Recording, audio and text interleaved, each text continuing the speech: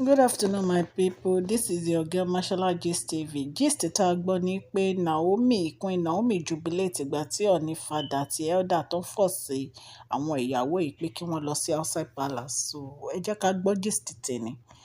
If today is your first time on my channel, please can you go straight and press that notification bell so that whenever I post any gist, you can get it. And to my old subscribers, I say thank you. Thank you so much. Okay, lọ́wọ́ yín á máa lọ.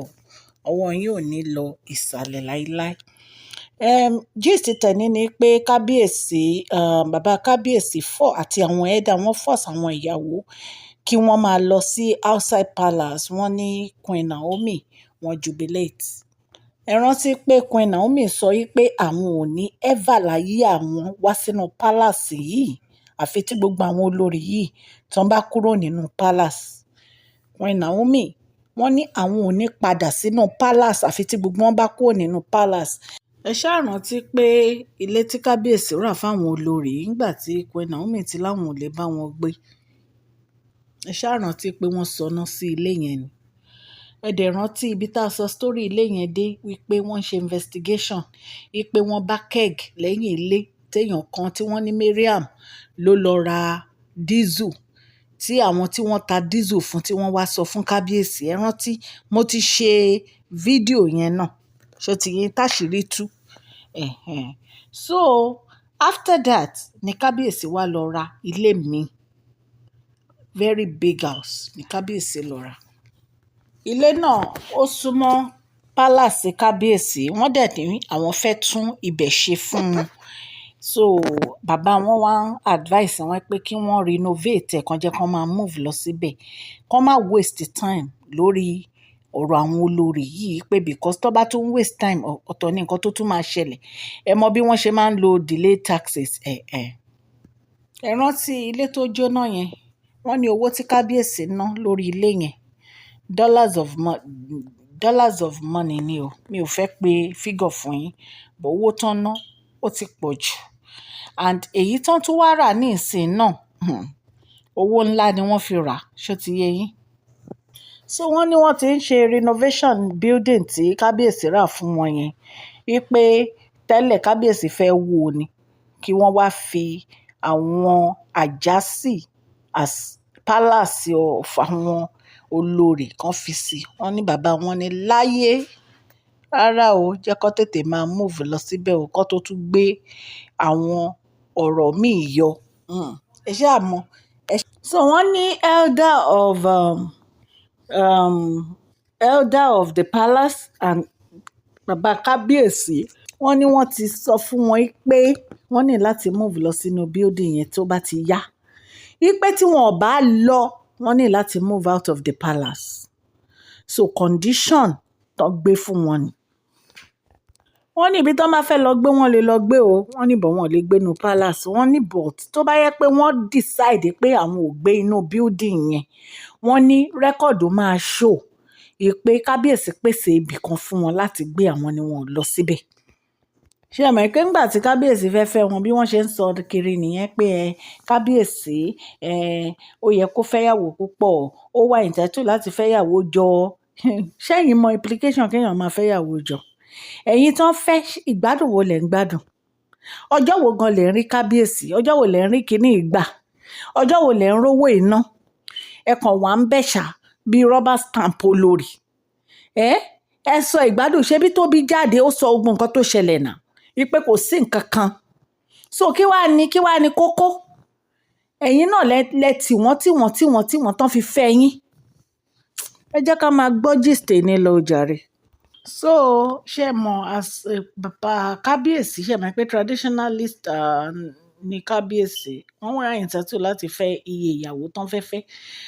Tó bá dẹ̀ decide pé àwọn ò fẹ́ fẹ́yàwó náà, wọ́n entitled láti ṣe. So wọ́n ní right láti ṣe nǹkan tó ń bá fẹ́ ṣe.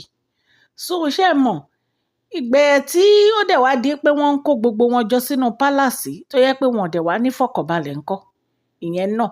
Ṣé mọ̀ pé mo ṣe fídíò kan láàárọ̀ yìí, ó dàbí ń pààrọ̀ ẹ̀ mo post ẹ̀ tí Kábíyèsí láwọn regret pé àwọn jẹ́ monopoly family. So wọ́n láwọn regret àwọn ìyàwó èdè ni wọ́n fẹ́ máa lagídí wọn fẹ́ lọ síbi tí ọkọ wọn nìkan lọ ibi tọkọ yín bá ní kẹ́ lọ lẹ máa lọ ibi tọkọ yín bá ní kẹ́ dúró lẹ máa dúró because ẹ ní àṣẹ lẹ́nu láti sọ anything ipe ẹ lọ síbẹ̀ ibi tọkọ ẹ̀yin lẹ mọ̀ nǹkan tó dé tẹ́ fi fẹ́ tó níyàwó ńlé so ibi tó bá ní kẹ́ dúró lẹ máa dúró sí ẹ ní choice ṣé mọ̀ pé kábíyèsí wọ́n ní àánú so àánú tí kábíyèsí nìyẹn làwọn ìyàwó ẹ̀ wọ́n fẹ́ máa take advantages of especially Mariam ó rí kábíyèsí fínífíní pé kábíyèsí láàánú dáadáa ṣó ti yé yín so wọ́n ní àwọn ẹ̀dà yìí ní pé láyé kò sí pé wọ́n máa sọ pé àwọn ò lọ ẹni tí ò bá ti lọ nínú yín ó di gbére nìyẹn wọ́n máa lé kóònù pálásì ni kó lọ wábi tó máa gbé wọ́n dẹ̀ máa kọ́ àṣọ lórí so èyí tó bá wù yín kẹ́ ẹ mú ń bẹ̀ èyí tó bá ti wù yín lẹ máa mú ìzáìdà kẹ́ ẹ lọ síbi tó pèsè fún yín kẹ́ ẹ lọ máa gbé àbí kẹ́ ẹ mọ̀ pé ó dìgbà fún o táìtù olórí tẹ́ ẹ jẹ́ olórí táìtù náà kúkú tẹ́ bá wá sí palace kò sí nǹkan míì tẹ́ bá wá sí palace ju olórí táìtù lọ.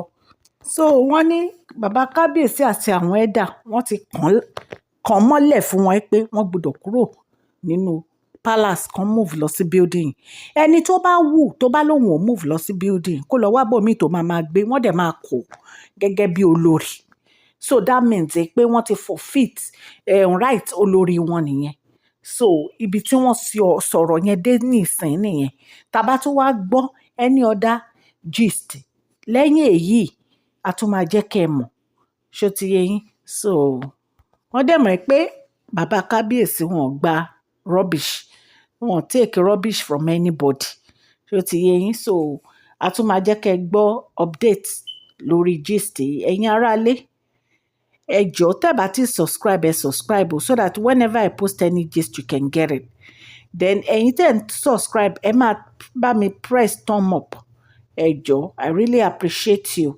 òkè lọ́wọ́ yín máa lọ gbogbo ẹ̀yin tẹ́ ń tẹ subscribe tẹ́ ń comment tẹ́ ń share video mi tẹ́ ń like ọwọ́ yín ò ní lọ ìsàlẹ̀ láíláí èmi ọmọ yín ni o Mashola Gist TV and I pray for Queen Naomi God will answer all the prayer gbogbo àdúrà tá a ti ń gbà ọlọ́run máa gbọ́ kábíyèsí ọlọ́run àfọkàn yín balẹ̀ ní agbára ọlọ́run gbogbo ẹ̀yin tẹ́ wà ń lé á dára fún yín o ní agbára ọlọ́run gbogbo ẹ̀dùn ọkàn yín ọlọ́run ó máa bá mi fi ìdáhùn sí gbogbo ẹ̀yin tó yẹ pé ọ̀rọ̀ tó wà lọ́kàn yín ó wúwo tẹ̀lé báyàn sọ ẹ bá ọlọ́run sọ ọlọ́run á dẹ̀ gbọ́ ní àṣẹ ọlọ́run ẹ̀yin tẹ́ ń wọ́ ọmọ ẹ máa bímọ ẹ̀yin tẹ́ ń wáṣẹ́ ẹ máa ríṣẹ́ ẹ̀yin tẹ́ ń wá visa ẹ máa rí visa ọlọ́run á dá gbogbo wa lóhùn o ní agbára ọlọ́run ọjọ́ èní á san yín sówó á san yín sọ́mọ á san yín sálàáfíà o màá tún mú another gist mi wá fún yín kí n tó sùn God Almighty will bless you. Thank you so much. God bless you.